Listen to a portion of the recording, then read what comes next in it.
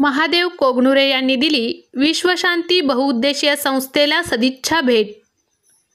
नागेंद्रनगर, कुमटानाका, स्वागतनगर भागातील समस्यांचा घेतला आढावा।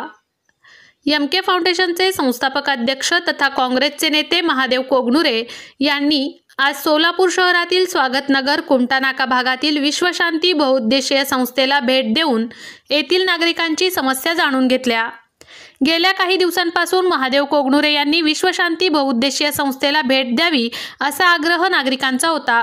म्हणून आज शुक्रवार रोजी कोगनुरे यांनी कुमटानाका परिसरात भेट दिली आणि या भागातील वाढलेल्या समस्यांचा आढावाही घेतला।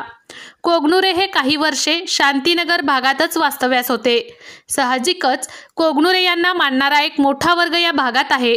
या भागातील नागरिकांशी महादेव कोगनुरे यांची नाळ आजही घट्ट असल्याचे बोलले जात आहे। कोगनुरे यांच्या भेटीत येथील नागरिकांनी रस्ते, वीज, पाणी आदी सोयी सुविधाविषयी तक्रार मांडली। यावेळी महादेव कोगनुरे यांनी या भागातील नागरिकांची समस्या जाणून घेऊन भविष्यात या समस्या दूर करण्यासाठी कटिबद्ध असल्याचे अभिवचन दिले। यावेळी गीताताई कणकी, अश्विनीताई एमुल, रामहरी माने, विजय कामोजी, विठ्ठल जिप्रे आदी प्रतिष्ठित महिला व नागरिक मोठ्या संख्येने उपस्थित होते।